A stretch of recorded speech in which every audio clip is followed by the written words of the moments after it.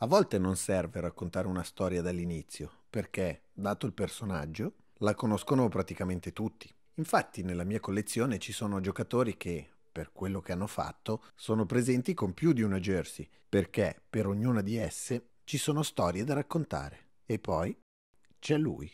Detto questo, cominciamo.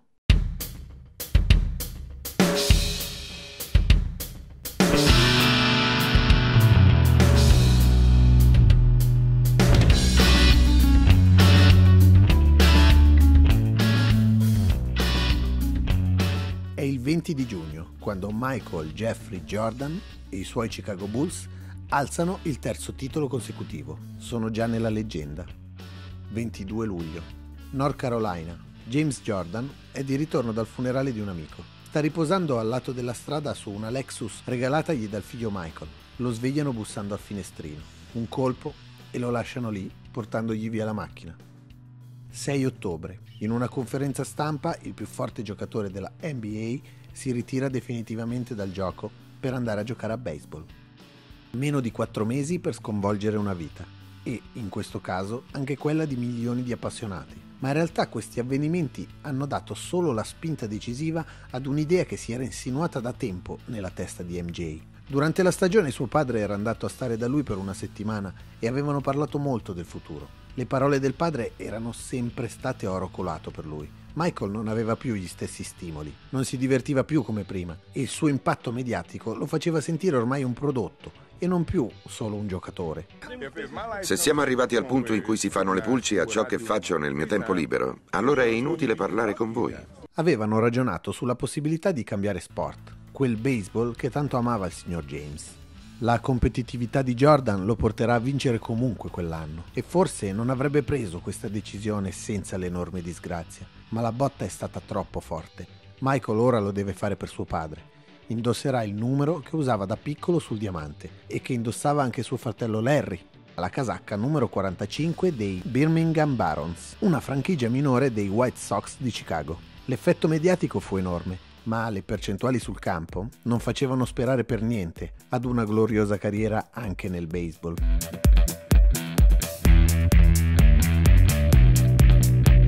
Michael lascia perdere. Così recitava la copertina di Sport Illustrated e, nonostante, come tutti sappiamo, MJ non dimentica e non rilascerà più un'intervista per quella testata, non avevano tutti i torti.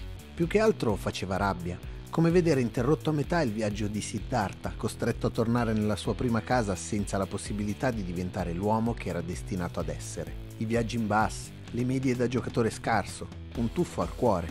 Nella seconda stagione ci fu però un miglioramento e qualche speranza iniziava a crescere. In realtà fu un miglioramento repentino, che era molto difficile da vedere a quei livelli.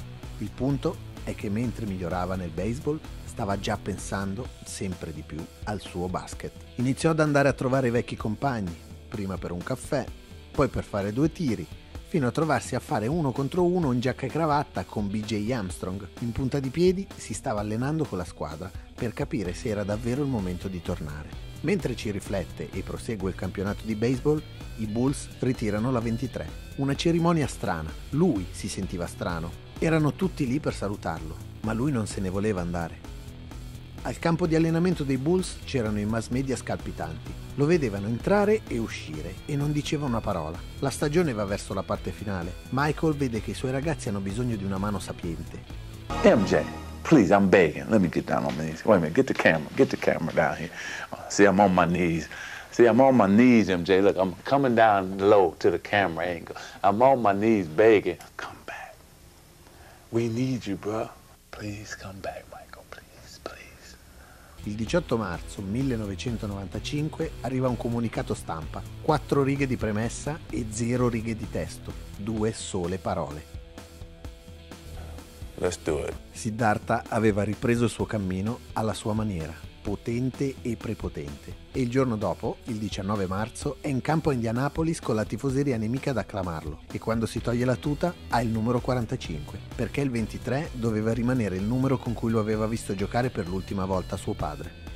Alla terza partita, ad Atlanta, torna a riassaporare il gusto di vincerla con l'ultimo tiro. Certe cose non si dimenticano. Ma la vera stella ha bisogno di un grande palcoscenico. e il palcoscenico più grande è il Madison Square Garden.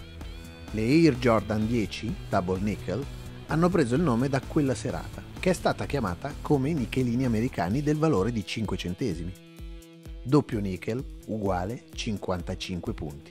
Adesso sì che era tornato. Ha cominciato l'altra sera contro Atlanta e poi adesso ci ha aggiunto anche New York.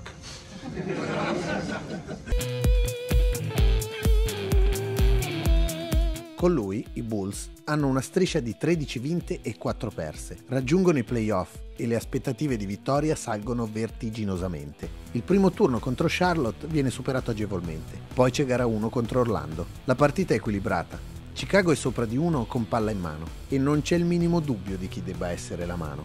Un canestro e gara 1 va a Chicago, ma Nick Anderson da dietro strappa la palla da quella mano e Orlando si porta avanti. C'è ancora tempo. Michael ha un'espressione che non si è vista spesso sul suo volto. Sembra non aver assorbito del tutto il contraccolpo. Infatti, nel momento della verità cambia idea e prova un passaggio improbabile a Pippen che ovviamente non se lo aspetta. Fine. Non è da lui. E lo pensano anche i giocatori dei Magic, che a fine gara commenteranno dicendo che il 45 non è forte come il 23. 45? Quello è un numero che porta sfortuna. Michael sente bene queste parole. 3 giorni dopo c'è gara 2. All'insaputa di tutti si presenta con il numero 23 sulla schiena. La Lega multa i Bulls di $25.000 per il mancato avviso del cambio di numero, ma per riavere il vero MJ questo ed altro. Ne metterà 38 quella sera. Vince la gara ma non la serie. Non era ancora al massimo della forma, ma era tutto pronto per marchiare a fuoco la storia. L'anno dopo alzerà il suo quarto titolo con il numero 23 addosso, il giorno della festa del papà. Ma noi ricorderemo bene quei 2 mesi in cui un signore ha indossato una maglia rossa con la scritta Bulls davanti e un 45 dietro. Lui era Michael Jordan quando tornò a volare, dicendo a tutti: I'm back.